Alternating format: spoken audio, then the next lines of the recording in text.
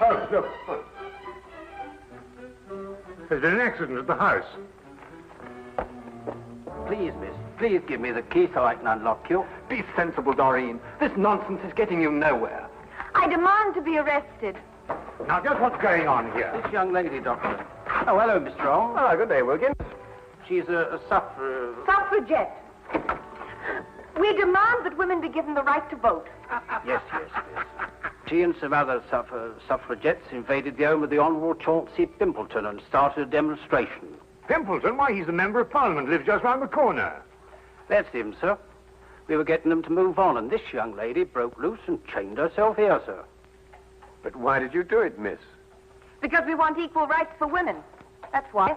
Yes, but I don't see how chaining yourself to iron railings is going to obtain for you... You wouldn't understand. You're a man. She probably wants to wear trousers, too. If I wanted to, I would. Mr. Holmes, can you get her loose? She slipped the key of the handcuffs down her... We're waiting for a hacksaw now, sir. That's right, a hacksaw. Hack me to pieces while you're at it. I'm only a woman. I believe I can help you. I don't want any help. She wants to vote. Now go on home and cook your old man his supper. Now arrest me. I insist upon it. I'll leave her in your hands, if I may, Mr. Holmes. Coward! You'd arrest me if I was a man. Mr. Holmes, may we impose upon you? I somehow have the impression you already have. Won't you come up?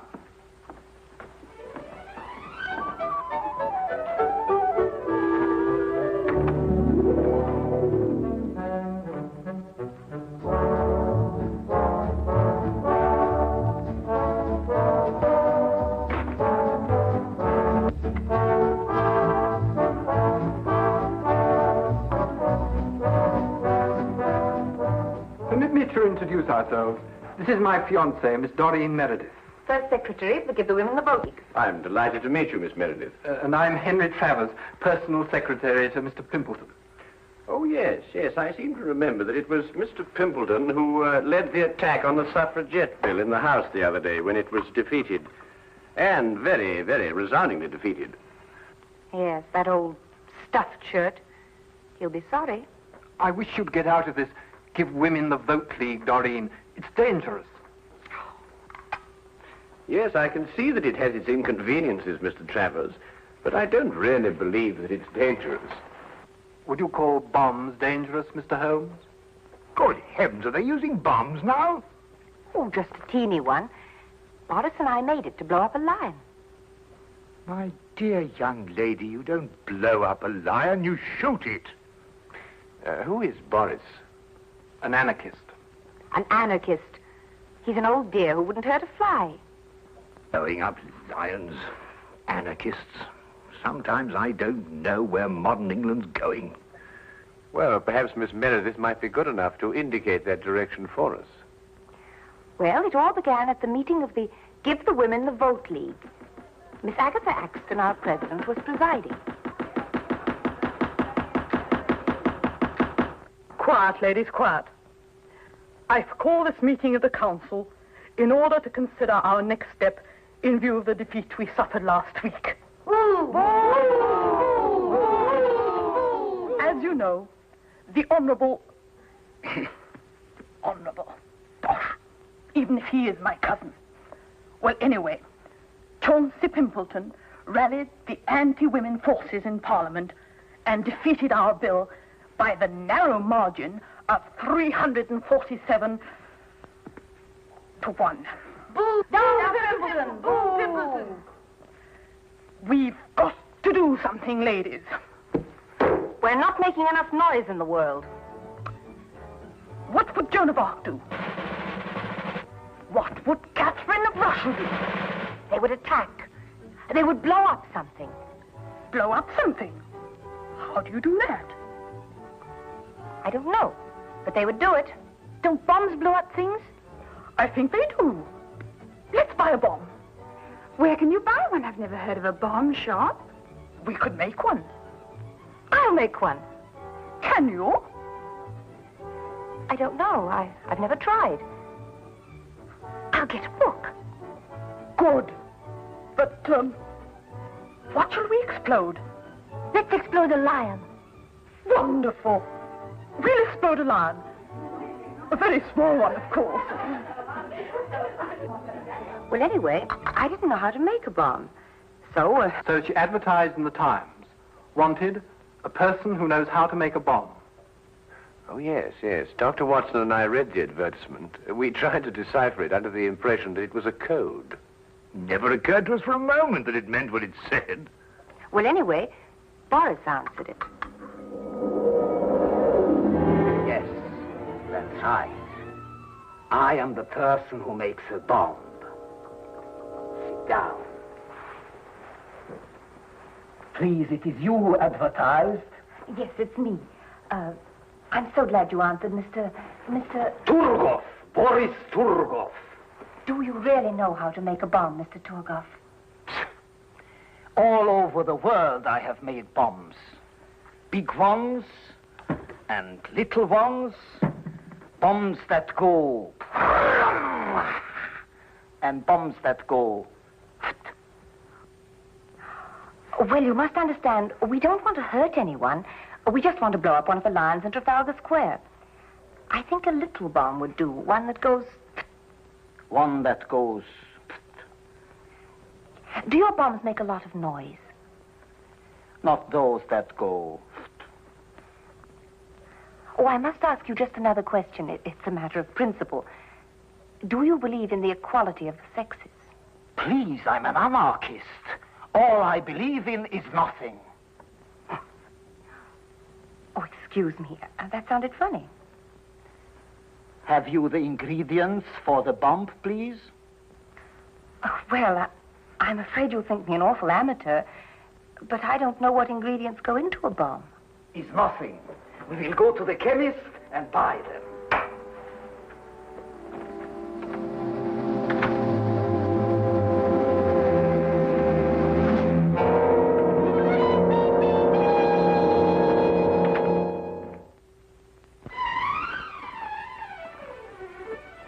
There you are, sir. Everything you ordered. Glycerol, toluene, nitrate, and sulfuric acid. Oh, yes, and gunpowder. Yes, ma'am. Be careful, though. You could make a bomb with what you have here. Good day. Good day.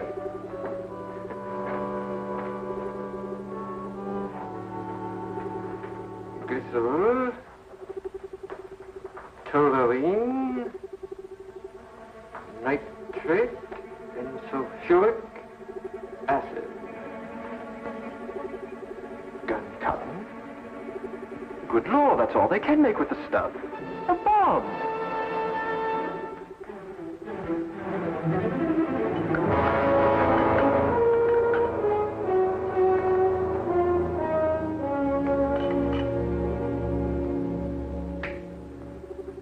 It's clever, no?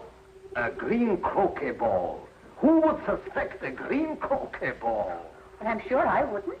Like this, it unscrews in half. Are you sure it'll work? With a trigger, yes. With no trigger, no. A trigger I must put in. Have you bought some wire, please? Oh, no, I'm afraid I forgot.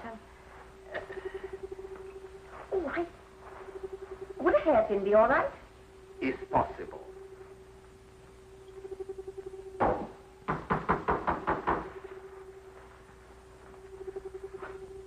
darling.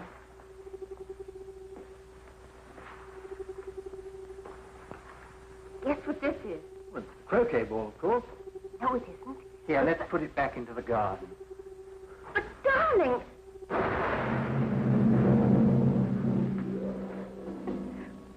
Well, fortunately, Boris made the wrong formula. It was only a small explosion. And so you made another bomb out of a croquet ball. Oh, yes, we went to work on it right away. Where is it? Here. Doreen! Good Lord, get it away from her, Holmes. Well, it won't go off unless it's hit very hard. Might I see it, Miss Meredith? Take care, my dear chap. That's no croquet ball, you know. That's precisely what it is, Watson. Just a very ordinary croquet ball with a crest on it. Why, that's Mr. Pimbleton's favorite croquet ball from his garden set. And the crest? The family's. His uncle's the Earl of Clareborough. His favourite croquet ball, did you say, Mr. Travers? Does he always use a green one? Always. He plays every afternoon at 5. He's as regular as a clock. Then if that's his croquet ball, then someone must have... Exactly, Watson. Well, then he'll go and play croquet with a bomb. What time is it now? 5 o'clock. He only lives just around the corner. If he's as punctual as Mr. Travers says he is...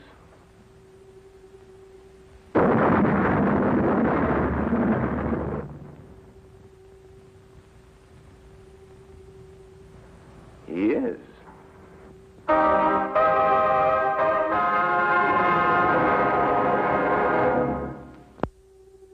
He was standing here when it happened.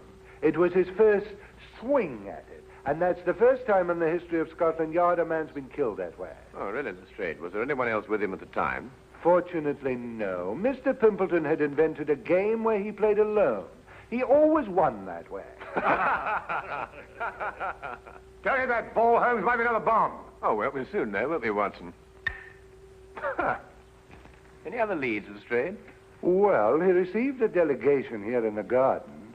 Oh, yes, I seem to have heard something about that. Yes, a girl named Doreen Meredith presented him with a suffragette's petition. Oh, really? Doreen Meredith. Yeah, lovely name. Yes, it is rather. Lestrade, do you believe the ladies blew him up because he defeated their petition in the House? Here, let me have a go at this. Well, you know these suffragettes, they're capable of anything. These wickets aren't in line, you know. No, it's not that, Lestrade. Your swing is wrong. Look. But nevertheless, bombing seems a bit drastic even for suffragettes. So is this business of their wanting a vote. Well, why not give them the vote? They couldn't do any worse with it than we have. Oh, hello, sir. This is Mr. Travers, Mr. Pimpleton's private secretary. Mr. Holmes, Dr. Watson. Oh, I've already How do you met do, him. Mr. Travers? You've already what? Oh, I've already seen Mr. Holmes down from the window. I understand that Mr. Pimpleton was the heir of the old Earl of Clareborough. Yes. Tell me, who is next in line to the title? Well, possibly I am. I'm a remote cousin of the Earl's. Yes, I understand that you were in the garden with Mr. Pimpleton when the delegation from the suffragette movement called on him. Yes, I was. Interesting. Do you play croquet, Mr. Travers? No, I prefer lawn tennis. Quite so, quite so. But you really ought to try croquet, you know. Under normal circumstances, it's a fascinating and completely harmless game. From the Pimpleton, Holmes suggested a stroll in Hyde Park. I suspected what he hoped to find there. Here in Hyde Park, where vast multitudes of people can gather to hear us, under the banner of free speech, I call on the women of England to demand equal rights with men. We cook, we sew, we scrub. Why shouldn't we vote? Throughout the ages, women have been the pawns of men. Men of England, hold your ground. Keep women where they belong, in the kitchen. Women of England, keep out of the kitchen. Give them the vote now, and in 5 years' time, they'll be running the country. Sir, I ask you, are women slaves? Sir, I ask you, are they capable of voting? I no speak English.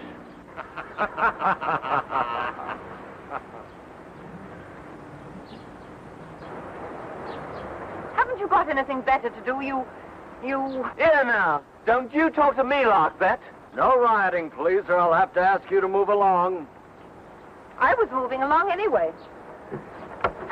I'm very particular whom I speak next to. Huh?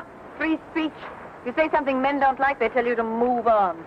Well, of course, Miss Meredith, like all prophets, you're ahead of your times. And without honor in your own country. Oh, Miss Meredith, we'd like to ask you a few questions about Boris Turgoff. Oh, poor Boris. He'll never forgive me for getting him in this fix. He's so gentle, really.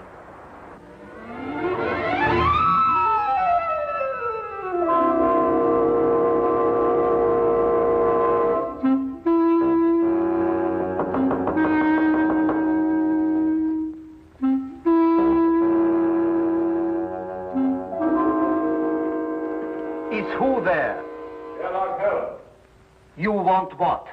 I'd like to have a word with you, Mr. Turgot.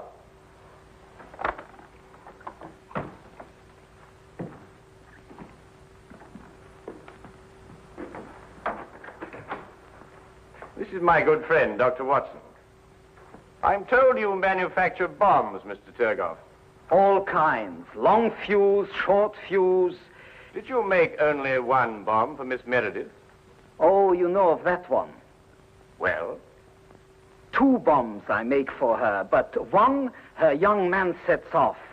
Accidentally. He says. Do you know where this other bomb blew up? Yes. In Mr. Pimpleton's garden. Not the first time that the Turgov bomb goes off in the wrong place. Can you explain how the bomb became substituted for the croquet ball? No. I do not go inside the house. I wait outside. Then the police come. And when the police come, Turgov goes. Always. Without exception. I see. Miss Meredith tells me that you sent it to someone who makes little bags in which to carry bombs. Yes. A friend of mine I have who makes bomb bags. Who is he and where does he live? A Greek named Chen Ten Yong. He lives in Soho at 22 Flower Street. A Greek named Chen Ten Yang? He says he's a Greek. Am I to call him a liar? Thank you very much, Mr. Turgot. Come, Watson.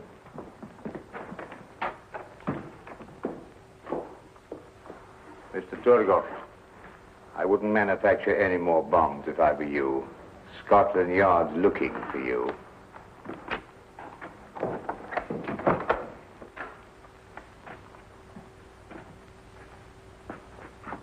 What? No more bombs?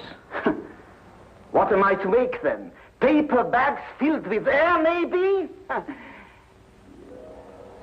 Paper bags.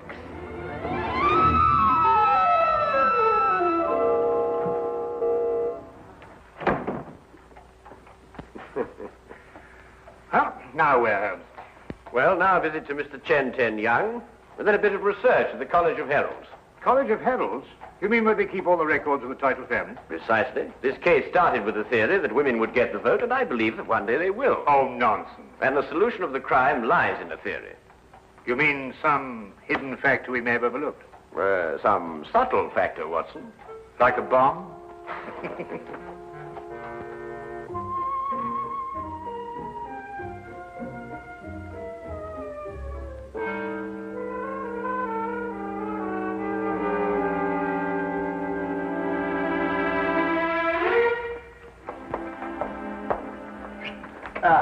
Holmes.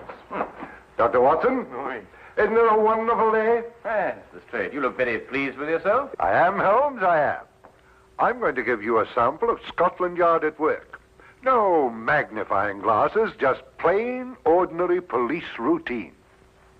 Excuse me, Dr. Watson. Send him in, Wilkins. Very good, sir. Send who in? All the people connected with this bomb business. Miss Exton, would you sit here, please? Miss Meredith, will you sit over there? Mr. Turgot? This, Mr. Holmes, is Miss Doreen Meredith, the young lady who presented the suffragettes' petition to Mr. Pimpleton. We found set up in her kitchen a laboratory. She's been making bombs. I do not deny it. I told you we were going to blow up a lion. A liar? Oh, come now, Miss Meredith. We were also able to nab her confederate, this man, Boris Turgov, an anarchist. He makes bombs, too. The Turgov bomb, it is famous. Wilkins, send in Chen Ten Yang, will you? Very good, sir. Chen Ten Yang is a naturalized Greek, born in Brazil of Chinese parents. He makes little bags for carrying bombs. Fascinating occupation. Ah, Chen. Tell me, Chen, did this young lady order a bag from you? Yes, mister.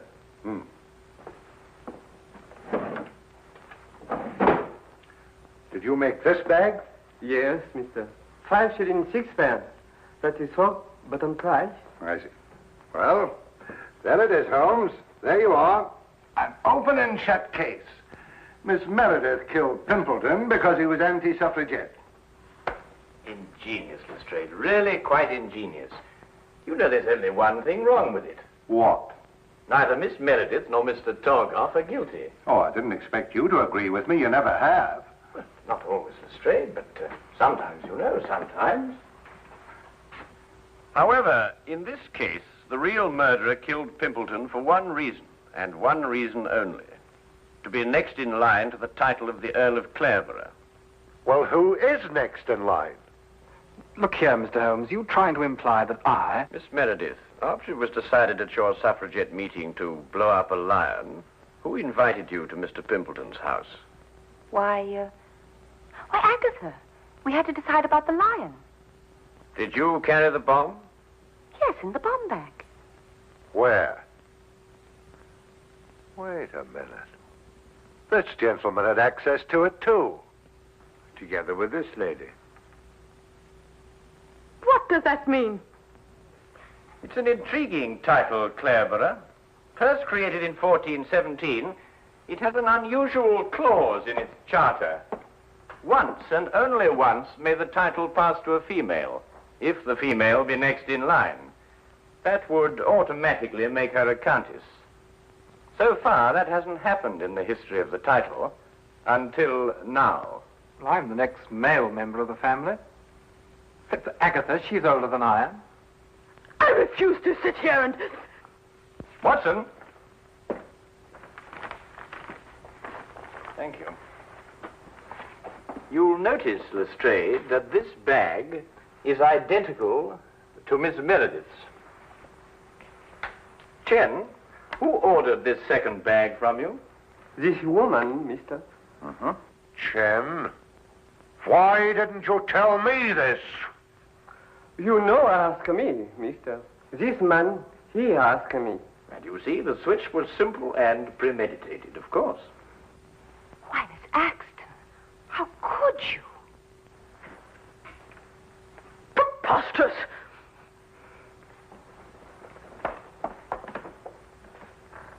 Anyway, young man, you had no right to come into my house and get that handbag. It's thieving, and it's against the law. Detain her, Wilkins. Mr. Holmes, whatever made you think of Aunt Agatha? Well, at least I can tell you this much, Mr. Travers. I didn't use a magnifying glass. You see, the true deductive mind knows just when to substitute routine investigation for deduction.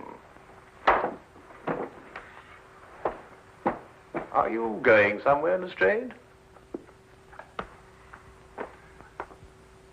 I have crossed the room, Mr. Holmes. I have put on my hat. I deduce, therefore, that I am leaving. Routine investigation will reveal the fact, Mr. Holmes, that I have gone to see the commissioner. I will ask him to do everything in his power to encourage the suffragette movement. We will then no doubt have a woman inspector in this office. And when Boris gets out of jail, Mr. Holmes, I will ask him to make me little bombs. I will then go about London, blowing up lions. Good day!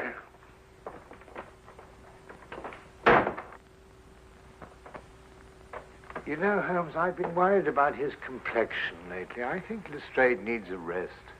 Yes, Watson, yes. I'm inclined to agree.